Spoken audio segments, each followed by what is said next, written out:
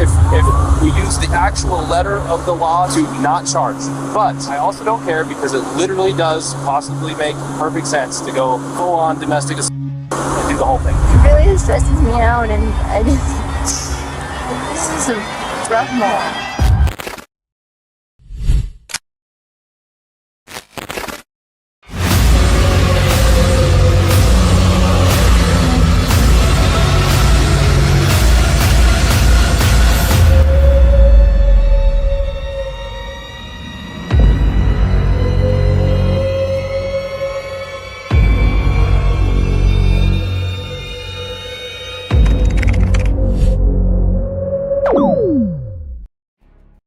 Have you ever met someone online who seemed to have the perfect life? Beautiful photos, endless smiles, dream destinations, thousands of people wishing they had that life. But sometimes, the happiest pictures hide the darkest secrets.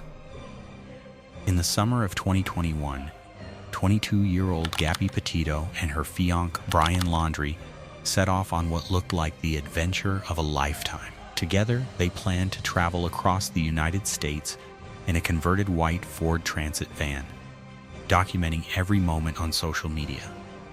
Their dream was simple: explore America's national parks, build a travel vlog, and inspire others to chase freedom. To anyone watching online, they looked deeply in love. Their Instagram posts showed breathtaking landscapes, romantic sunsets, and smiling faces. Friends and followers admired the couple, believing they were living the perfect life. But behind the camera, things were falling apart.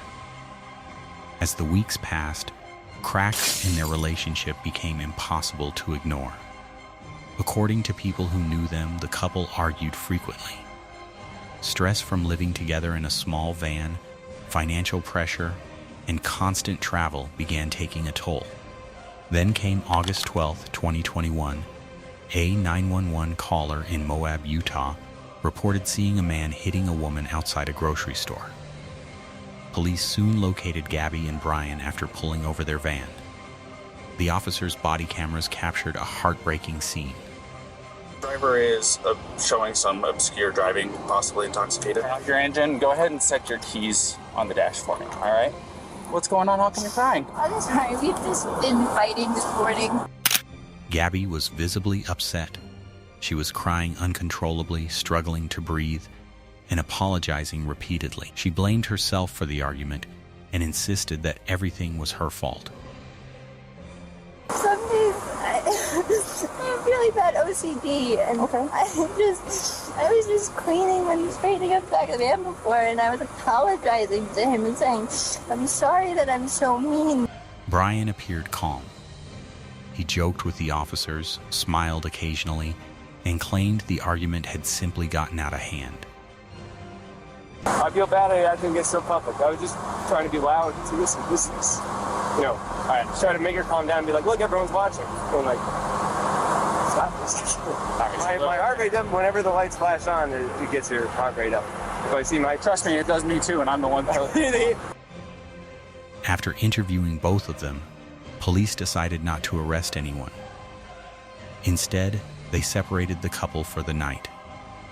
Brian stayed in a hotel, while Gabby remained with the van. Looking back, many people believe this traffic stop was one of the last opportunities to prevent what would happen next. Over the following weeks, Gabby's social media activity slowed dramatically. Friends noticed something wasn't right. Text messages became unusual. Phone calls went unanswered. Then something even stranger happened. On September 1st, Brian Laundrie returned to his parents' home in Florida. He was driving Gabby's van. But Gabby wasn't with him. He refused to explain where she was. For more than a week, Gabby's family desperately tried to contact both Gabby and Brian. They received no meaningful answers.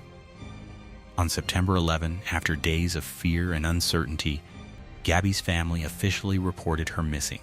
What happened next became one of the biggest missing person investigations in recent American history.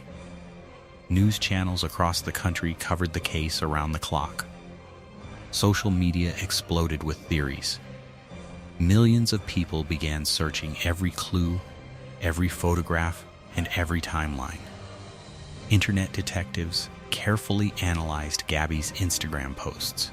Travel bloggers who had unknowingly crossed paths with the couple shared their own footage.